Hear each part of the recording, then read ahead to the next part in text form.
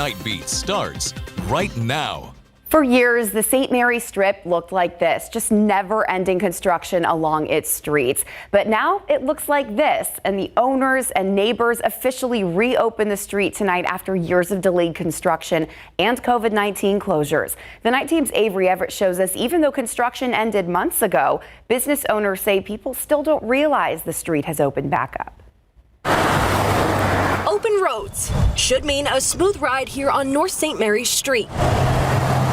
But over the last 3 years, George Rice says the St. Mary's Strip has felt like a roller coaster. Oh, it goes up and down, up and down. The city started construction in March of 2021 to make the strip more accessible. Construction delays led this project to last nearly 2.5 years, something neighbors say they could have never expected. What did the construction look like for you all? It looked like a war zone. And businesses say it drove away sales. People, they're not going to go where there's construction. How often did you frequent the St. Mary's Strip before the construction started? Literally 3 to 4 times a week. Yeah. Did construction take away from your experience of being a regular here? Yeah, absolutely. Oh yeah, the parking was a real big issue. City crews finished construction in September of last year, but businesses still say the customers haven't come back. We're still here. Please come back down. Rock the block! That's why nearly 24 businesses banded together Saturday night, officially reopening the strip. So do you like the way it looks now? I love it. I love it. We have great sidewalks, beautiful streets, great landscaping. Definitely night and day. In the end, it's worth it, because now we've got a great street. It's been a bumpy road, but businesses and community members alike hope the construction struggles for the St. Mary's Strip are all now in the rearview mirror. Tonight, the Strip is busy, but during construction, business owners say one of their biggest concerns was not being able to track the progress of this project. Public Works says they've created a solution to that with an online portal. We have the link to that on KSAT.com. Avery Everett, KSAT 12 News. Thanks, Avery. Well, tonight we're learning a Balcones Heights police officer shot and killed a woman who the department says attacked them with a homemade weapon. It happened around 8 last night on North Crossroads Boulevard near I-10. According to the Balcones Heights police chief, John Nahanara, the woman attacked the officers and broke the back of the window and the police vehicle. He also said the woman was tased several times, but it didn't work.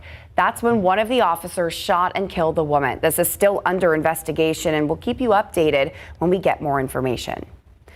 Tonight, the Bexar County Sheriff's Office is trying to figure out what led up to a shooting that sent 2 people to the hospital, one of them critically hurt. The Bexar County Sheriff Javier Salazar says 5 people in separate vehicles met up on Star Ranch near Fair Oaks Parkway to sell a gun. At some point, shots were fired and a chase began between 2 groups. That's when the suspect in one vehicle pulled up to the other vehicle and allegedly shot the driver in the head and the passenger in the legs. Both were taken to the hospital, that driver in critical condition. Investigators are still trying to find everyone involved. U.S. officials confirming tonight that Iran has launched drones and missiles towards Israel, a retaliatory strike for the deadly bombing of its consulate in Syria earlier this month. Israel now closing airspace to all flights as it braces for that Iranian attack.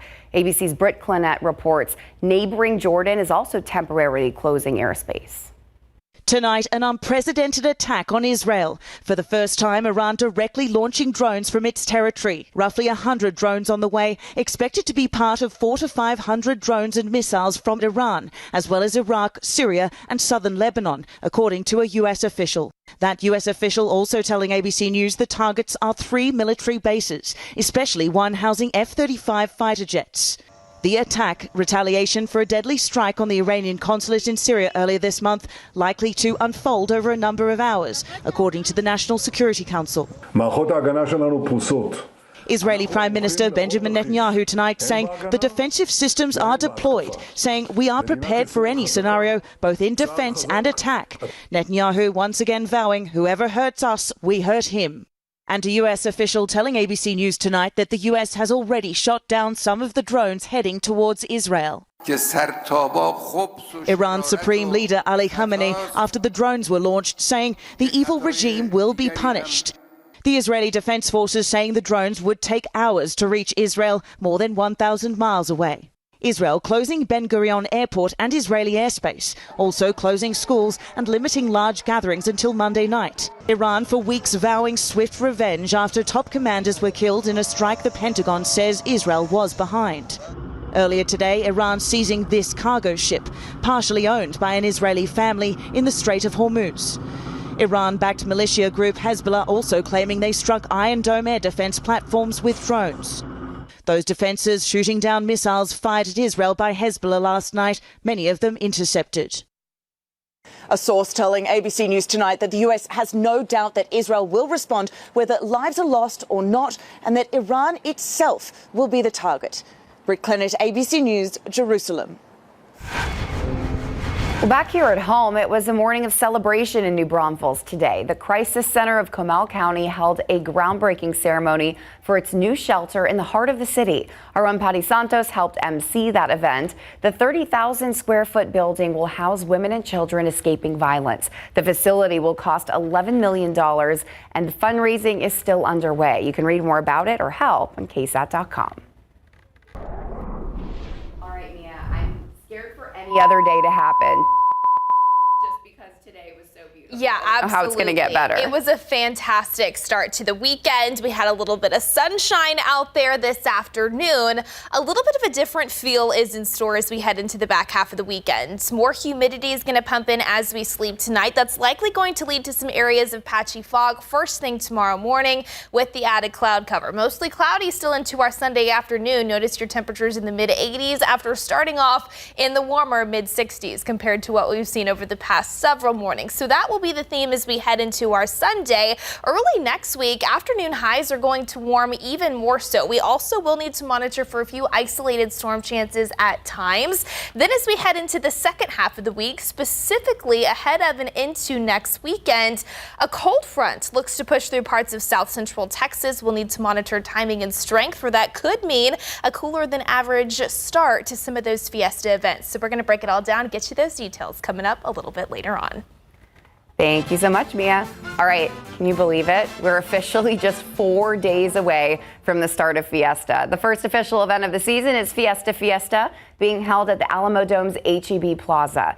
Back near downtown, the Fiesta parade risers are already in place for this year's parades.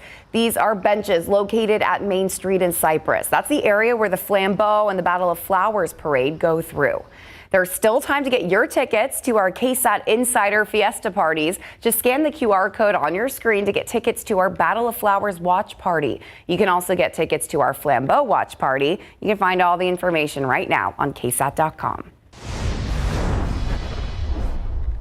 Around Texas now, the liver and kidney transplant programs have been deactivated at Memorial Hermann Hospital out of Houston after a surgeon there was accused of denying some of his patients liver transplants. That's according to our sister station KPRC. A federal investigation is now underway for allegations that Dr. Steve Binen was secretly altering transplant databases with the intention of making some of his patients ineligible for liver transplants.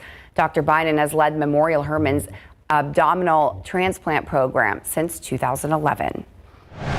Still ahead on the Nightbeat, past criminal charges were apparently not enough to disqualify someone from serving as chairman of the Medina County Republican Party. What our KSAT Investigates team found when looking into how someone with that background became a leader within the GOP. Plus, being behind the wheel is costing more and more these days. Besides the price of gas, auto insurance is stretching budgets for everyone. What that hike looks like and how you can get some of that money back. And after the break, local high school students organized an entire festival dedicated to educating the community about substance use, how the students hope their stories can inspire others to stay away from drugs. And taking a look outside with live cam, more humidity in store tomorrow. Meteorologist Mia Montgomery has the latest forecast after the break.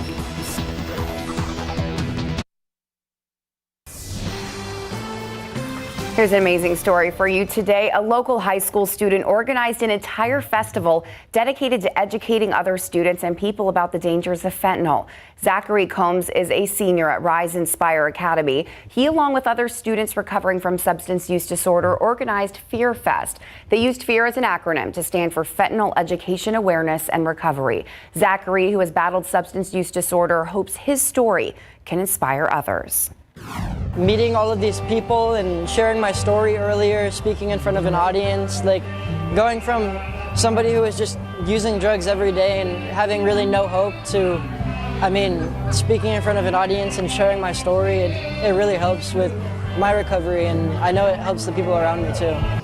Such a brave guy, such a good example to set. As you can imagine, it wasn't easy organizing the entire festival. Zachary tells us they've been planning this since December of last year. Good job, guys. Well, the issue of fentanyl in San Antonio and around South Texas is something KSAT has covered extensively. So if you want to see more of our stories from our Fighting Fentanyl series, just scan the QR code right there on your screen. Okay, so this is, I know we say it like capture and bottle this weather, but yeah. I could not tell you, I didn't spend any time inside that I didn't have to today. And that was a good way to spend the Saturday because, yeah, we didn't have too much humidity in place yet, but that's going to change as we head into tomorrow. So hopefully you enjoyed that nice feel. We did have just enough moisture, though. Take a look at this photo sent into KSAT Connect to create a little bit of fog out there early this morning. First of all, beautiful sunrise photo, but also as you look out from the distance, you can see a little bit of that haziness in the fields on the horizon. This was sent in from Seguin. So we had a touch of patchy fog, and I bring this up because with more humidity pumping into the region tonight, areas of patchy fog are once again expected to develop, maybe a little bit more so and maybe a little bit more dense in spots by the time we're waking up and heading out for any early Sunday morning plans. And you can see as we take a look at our dew points, which is how we measure the low level moisture in the atmosphere, they're about 5 to 15 degrees higher than where we were this time last night. So that just goes to show that we have more of that Gulf moisture spewing back into the San Antonio area. So upper 50s, low 60s starting to creep back into that muggy range. So I think you're going to notice it a little bit more so, especially when it comes to that muggy feel tomorrow, but even more so as we head into the majority of the upcoming work week. So we talked about the potential for some patchy fog. Notice here on your futurecast by 5, 6, 7 o'clock tomorrow morning, especially across portions of the hill country, we could see some visibilities drop just a little bit. So that's something to think about if you are stepping out to church or Sunday morning breakfast plans with the family. A good idea to just be careful and maybe give yourself a little bit of extra time. Added cloud cover tomorrow morning as well. If we do find some of that fog, it looks to dissipate though by mid to late morning, but the cloud cover, at least for the most part, is going to continue into the afternoon. Temperature wise, not quite as cool of a morning tomorrow compared to what we saw earlier this morning. 59 degrees was our official low temperature here in San Antonio. I think we start off near 65 tomorrow morning, 62 for places like Bulverde, Canyon Lake, 65 in Nixon, 63 over in Castroville, stretching over to Divine as well. There's that cloud cover that builds in with the patchy fog potential first thing tomorrow. Mostly cloudy skies by lunchtime, a forecast temperature around 75, and then into the afternoon, not quite as much sunshine as what we saw out there earlier this afternoon. High temperatures still look to reach for the mid to maybe even upper 80s, especially along and south of the Highway 90 corridor. 86 here in the Alamo City, 88 in Pleasanton, 87 in Hondo, 86 in Comfort, and 85 the forecast high temperature tomorrow in Kerrville. As we look ahead to your Monday, even warmer out there into the morning, starting off in the upper 60s, near 70 degrees. Highs do look to climb near 90 by Tuesday and into Wednesday. Monday, some additional areas of patchy fog are expected to develop, as well as a little bit of drizzle. But then by Tuesday, we have an isolated chance to potentially find a stray thunderstorm. Here's that setup. All is quiet right now here in South Central Texas. There's an area of low pressure pushing across New England. That's sparking up a little bit of rain as well as some snow. Also the low pressure system that brought us some active weather earlier this week. As we move into the weekend and even into early next week, high pressure swings across Mexico Mexico, far south Texas. That's going to dominate our weather pattern for the most part, but it's this area of low pressure that could bring a stray shower or a storm early Tuesday morning, and then potentially, as we see a reinforcing push move into the state of Texas, could really send that front through ahead of next weekend. Now that's going to be something to monitor, especially when it comes to the strength of that front and the timing, because Thursday, Fiesta, we're really starting to kick off those Fiesta events. Maybe a cooler than average weekend if we can see that front move through. So something to check back in on in the days ahead. We'll talk a little bit more about that coming up in the next half hour. Plus, it was breezy out there today. We're going to take a look at the peak wind gusts across the region coming up in just a little bit. All right. Thank you, Mia. Okay, Mary, we had some local college teams and their spring football. Oh yeah, spring football, such an exciting time of the year. UTSA and Texas State both had intriguing storylines in their respective spring football games earlier today. We'll break it all down. Plus, Scotty Scheffler leads the Masters by a stroke entering the final round. How day 3 went down at Augusta National right after the break.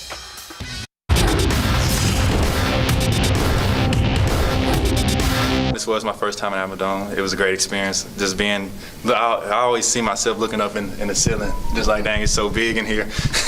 But it feels real good to be in Amadon, making it at home. A first for wideout transfer J.J. Sparkman and for UTSA football fans as the Roadrunners took the field for their spring football game in Big Board Sports. We start with game 2 between the Rangers and Astros in Houston this evening. The Rangers took game 1 last night, 12-8. Top of the first, 2-on. Wyatt Langford lines one to right field off Ronel Blanco to give Texas the early lead. Bottom of the fourth, Astros tied the game. Kyle Tucker lines one to the gap in left field for an RBI double. Fast forward to the bottom of the 7th, bases juiced. Jose Altuve takes Jose Arena into the left field corner for a 2-run double. And later in the evening, 2-on, Tucker drives one off the base of the wall in left field for a 2-run double. Tucker and Altuve combined for 5 RBI as the Astros even up the series with a 9-2 win. The rubber match gets underway tomorrow at 2:10. The weather conditions much improved at Augusta National on day 3 of the Masters tournament, although certainly some tricky pin locations today. Colin Morikawa with one of the best rounds of the day. Nice birdie putt there on hole 3 to move to 6 under par. Morikawa is in second place behind only Scotty Scheffler, and Scheffler's highlight of the day, this eagle on 13. He sits atop the leaderboard with a 1-stroke lead on Morikawa. Max Homa had another solid day, 17 pars and 1 bogey. Homa is 5 under and 3rd on the leaderboard, and Ludvig Åberg looking poised in his Masters debut. He shot 2 under par. Here's a look at the leaderboard entering Masters Sunday. Åberg is in 4th. Tiger Woods had a rough day, sitting at +11. All right, the UTSA football team hit the gridiron this afternoon for their annual Fiesta spring game inside of the Alamo Dome, and we saw some new talent emerge with star potential. The offense, Team Orange, rallied from a 9-2 halftime deficit for an 11-10 victory over the defense, Team Blue. Head coach Jeff Traylor prides himself on keeping these games competitive. So at halftime, he got in the Masters spirit in his talk with offensive coordinator Justin Burke. I told Burke, I said, look, Bubba, we're at the Masters right now, and we've got like 6 holes to play, and we got to have 5 birdies, and it ain't looking real good right now. He's like, Coach, have you seen my golf game? And I'm like, no, I haven't lately, Burke. He's like, well, it's not real good. I said, well, then we're in trouble. But we came through there and got 5 birdies on the last 6 holes, and it was exciting. All right, more spring football action at Bobcat Stadium this morning. We got our first look at new Texas State quarterback Jordan McLeod. McLeod transferred from JMU and is the reigning Sun Belt Conference Player of the Year. Once the offense settled in, McLeod looked great. Here he is connecting with Joey Hobart for the house call. And our Nick Mantis has more on McLeod's highly anticipated spring debut. Electric, exciting, informational. These are some of the words that are just popping in my head right now, Mary, as I'm trying to describe this Texas State football game. The Bobcats came out with their brand new starting quarterback, Jordan McLeod, and he starts throwing a couple of interceptions. That got the fans in the stadium a little bit nervous, but head coach G.J. Kinney likes to see how his quarterbacks respond to early mistakes. I thought they were great. I thought all three of them were great. You know, I think it's probably sometimes harder maybe for the young guys. I thought those guys handled it well and true pros. And Jordan, you know, I haven't been in those situations with him yet, but all I saw was him saying, "Coach, let me go again. You know, so I'm sure he was, I mean, to me, he was fine. Obviously, it's a game, but, you know, throughout spring, this is the time to learn, to get better with your teammates. Getting timing down, like I said, I got here I think I had 2 weeks of workouts, then we went right into spring ball. So it was just, you know, getting the timing downs with those guys and get more reps. So like I told Coach Kinney on the field, it was, I think, my last rep that I ended up throwing the touchdown to J-Dub in the end zone. It was just, I just wanted another rep just to go out there with the offense and, you know, end on a good note. I see why he's player of the year. He makes really good sound throws. He's got a nice touch on him that I haven't seen in a little bit. I've been around some good QBs, though, but he's got a nice touch on him, and I can tell that he leads our offense pretty well. 140 days. 140 days is how long we have to wait until we get to see these Bobcats take on Lamar in their home opener on August 31st, hoping to end the 2024 season with another bowl game win. In San Marcos, Nick Mantis, KSAT 12 Sports. Great stuff, Nick. All right, later in the show, the Spurs pulled off an electric win over the Nuggets last night. Victor Wembanyama was the catalyst throughout in what we now know was the final game of his rookie career. We'll have the details coming up, Courtney. I got to see it in person. I'm going to brag about it. It was really awesome. That's so cool. All right, we'll talk to you soon, Mary. Thank you. All right, coming up next, the chairman of the Medina County GOP has stepped down after our KSAT investigates started asking questions about his past. After the break, we look into how someone with his background was able to get that position.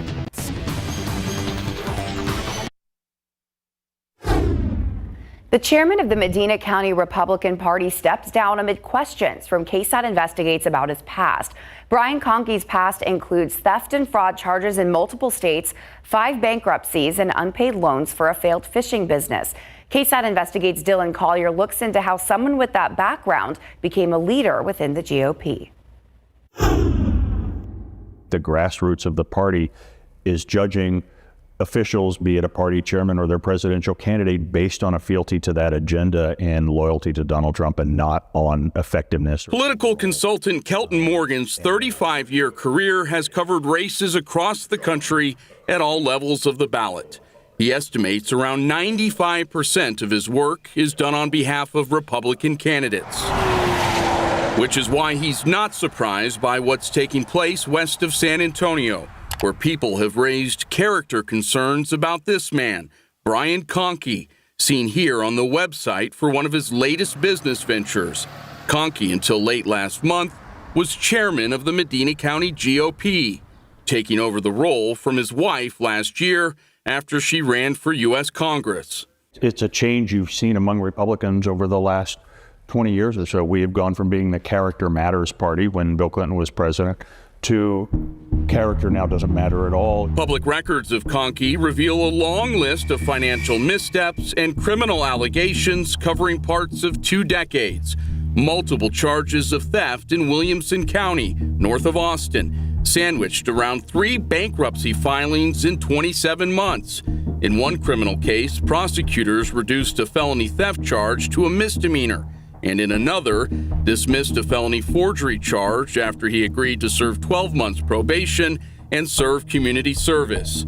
Klein Independent School District in the Houston area sued Conkey in back-to-back years for unpaid property taxes. Both lawsuits were dismissed the same month George Ebelt, a then family friend of Conkey, agreed to loan him $35,000. He was going out and starting a bait and tackle business. Ebelt loaned Conkey an additional $20,000 2 months later, but when it was time to get paid back with interest, we did receive a few payments, and if my memory serves me correctly, they were marked insufficient funds when we deposited them. Ebelt's memory does serve him correctly. To date, he's been unable to recoup any of the money. A bankruptcy attorney in 2011 threatened to file for damages against Ebelt if he continued to contact Conkey about the money owed to him. If I loan somebody money I expect it back. I expect them to be a man of their word. So, that to me is ethics, morals, just this code of honor that you need to adhere to when you work with friends and family. 2 years later, Conkey faced 5 criminal charges in Louisiana related to issuing worthless checks and operating a contracting company without a license. Records show prosecutors dismissed the cases after he paid restitution. After Conkey did not respond to our request to sit down for an interview, we visited his listed business addresses in San Antonio, downtown Hondo. Hi, looking for Brian Conkey? He's not there. And even the testing facility for his animal medication company in rural Medina County, where we were told Conkey was unavailable. Hours after we attempted to track down Conkey, he informed Medina County GOP leadership that he had vacated his temporary position as party chair and had stepped down. Conkey told KSAT in a phone conversation that he suffers from PTSD and acknowledges making some mistakes after leaving military service. Even though he was temporarily appointed to the position, Conkey's early exodus forced the Medina County Republican Party last week to name a replacement. Robert C. Oberlinder will take on the role. Chris Schuhart, who was elected to the position last month, will assume office officially later this year. Conkey's wife, Julie Clark, finished third in the Republican primary for Texas House District 23, meaning she will not move on to the May runoff. For KSAT Investigates, I'm Dylan Collier.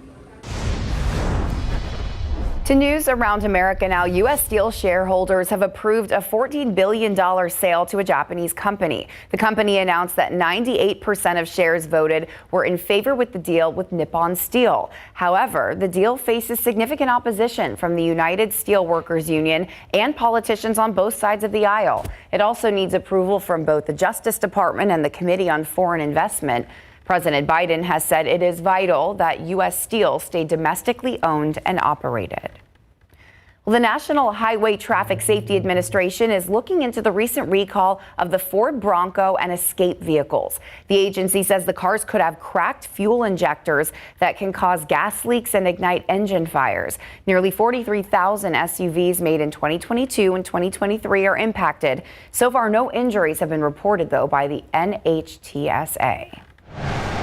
Still ahead, curbing car insurance. Prices for getting your car insured are rising, and take a look at the jump and how you can get some of your money back next.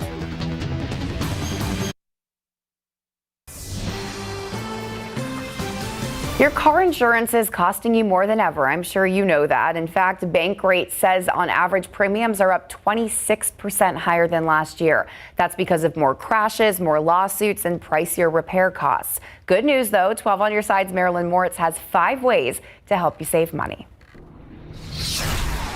Nobody wants to pay more than they have to, especially for something necessary but not that fun. So buckle up. Here are 5 ways to slash your car insurance bill. Number 5, increase your deductible. Consider going to a $1,000 deductible to save on your premium. Remember, though, you're increasing your potential out-of-pocket repair costs if you have a wreck. Number 4, it may be time to drop collision and comprehensive insurance. As your car's years and miles pile up, its value decreases. That lower value may not justify the expense of paying for collision and comprehensive coverage. As a general rule, when the premium is more than 10% of the car's value, it's time to consider dropping collision and maybe comprehensive coverage too. Number 3, take a defensive driving course. Some insurance companies let you take a safe driving course to get a discount. It only takes a few hours and typically costs about $25. Number 2, shop around and then bundle. You may be able to save a few $100 a year by combining your home and auto policies. Finally, sign up for driver monitoring. You can save up to $800 with some insurance companies if you allow them to track your driving habits with an app or device that plugs into your car's diagnostic port. Of course, you have to be a safe driver. There are some trade-offs. You're giving up some privacy. And one more thing, if you drive less than 10,000 miles a year, most companies factor in annual mileage into their pricing, so you can save about $100 if you come in under that threshold. Marilyn Moritz, KSAT 12 News. All right, mark your calendar. Just a few days remain for you to file your 2023 taxes. This year, you have until April 15th to file that return, which is on Monday. If you file an extension by Monday, you will have until October 15th to file your taxes. You'll still be able to send your return to the IRS electronically or by mail. So if you still need to file, people right here in San Antonio can use the Volunteer Income Tax Assistance Program until April 15th to file their taxes for free. You can get those services at 13 locations throughout San Antonio and Fredericksburg. Some of those locations offer refund anticipation loans, and they don't charge fees or interest. For more information, go to vitasa.org. Just gotta get her done. All right, looking outside with live cam, we had a few high-level clouds push across the south central Texas sky today. We did see a little bit of sunshine this afternoon, but I think as we head into our Sunday, more cloud cover is in store because of the humidity that's going to be working back in as we sleep. Before we can get there, though, let's take a look at the almanac data for this Saturday. A pretty seasonable start. 59 degrees, the low temperature here in town, just 1 degree above the average of 58.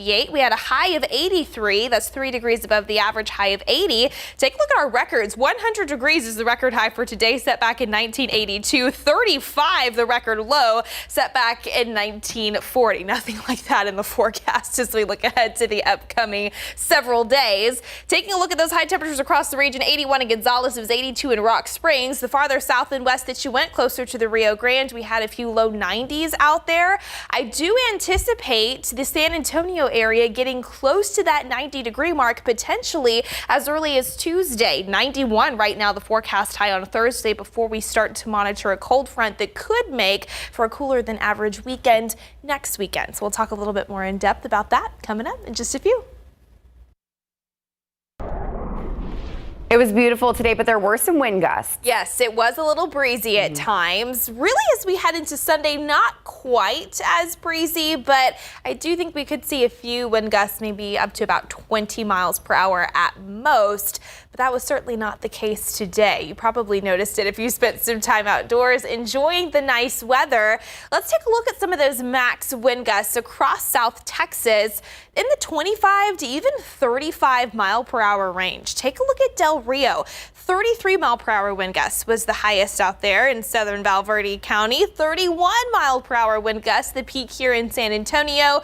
25 out east in Gonzales. 31 miles per hour in Hondo. 32 mile per hour wind gusts clocked in over in Cotulla. Now, it still is a little breezy out there. In fact, recently we clocked in a wind gust near 30 miles per hour over at SA International, but still into Sunday, not expecting as breezy or gusty of winds. Could see that again, though, into Monday before we start to calm things down on the wind front by Tuesday and into the middle portion of next week.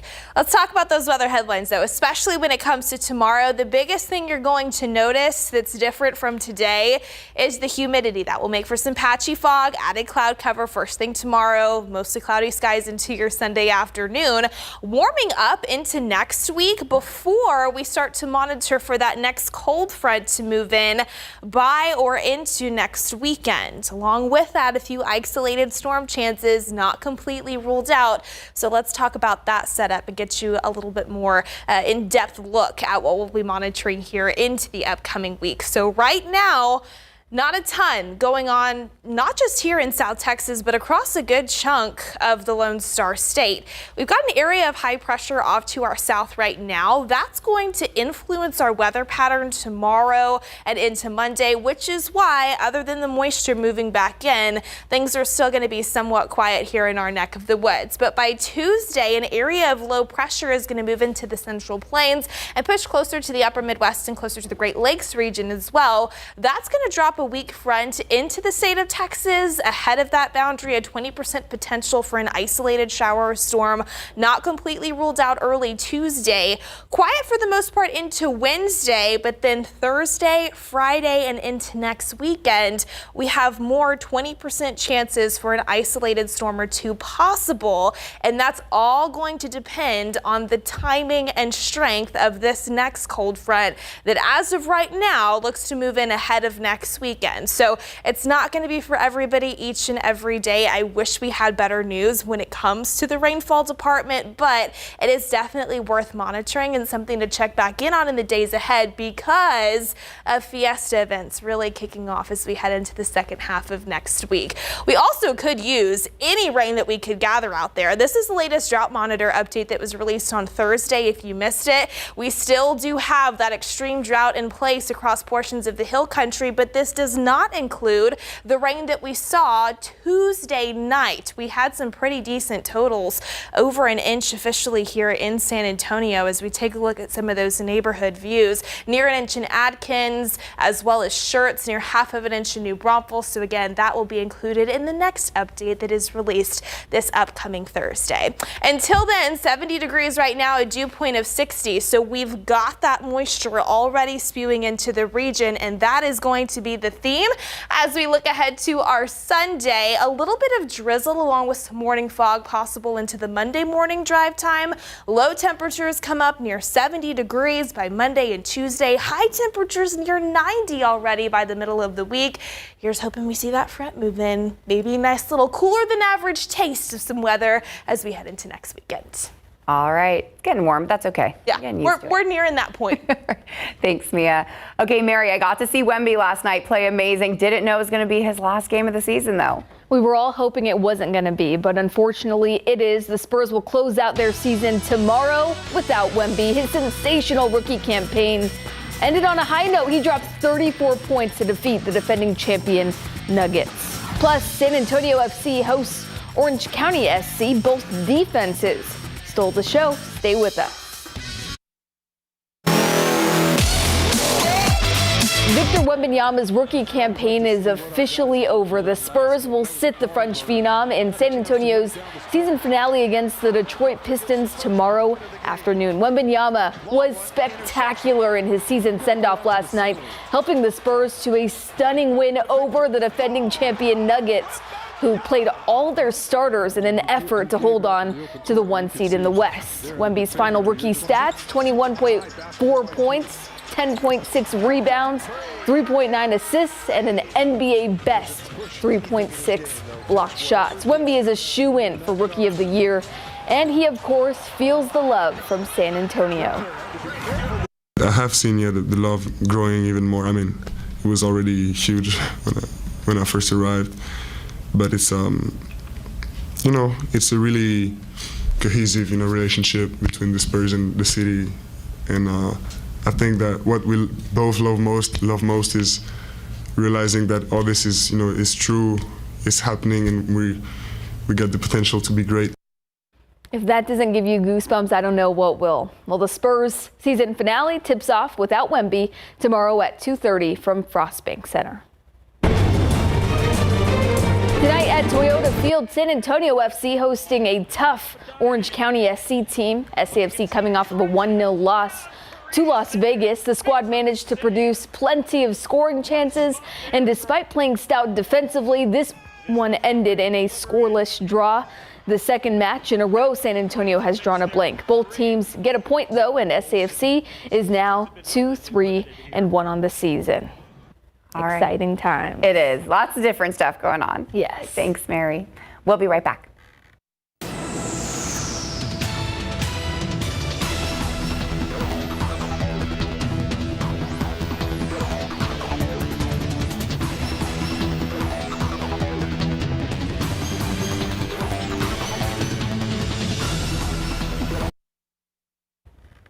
All right, before you go, check this out. Today, kids born with heart defects got to experience their very first overnight camp. University Health sent us these amazing photos. UH says the camp was meant to give confidence to these children and let them participate in activities independently. The kids got to climb walls, do some archery, and even ride some horses. Such a great idea to have those kids be together. Seriously, yes. That's awesome. All right, taking a look at current conditions right now, near 70 degrees in many locations. That relative humidity is creeping up. You will notice it tomorrow, some patchy fog in the morning, high temperatures in the mid-80s, warmer next week, monitoring a few isolated storm chances. All right, thanks so much, and thanks for joining us. That's all we've got for tonight. Tune in to GMSA tomorrow, and we'll see you tomorrow evening.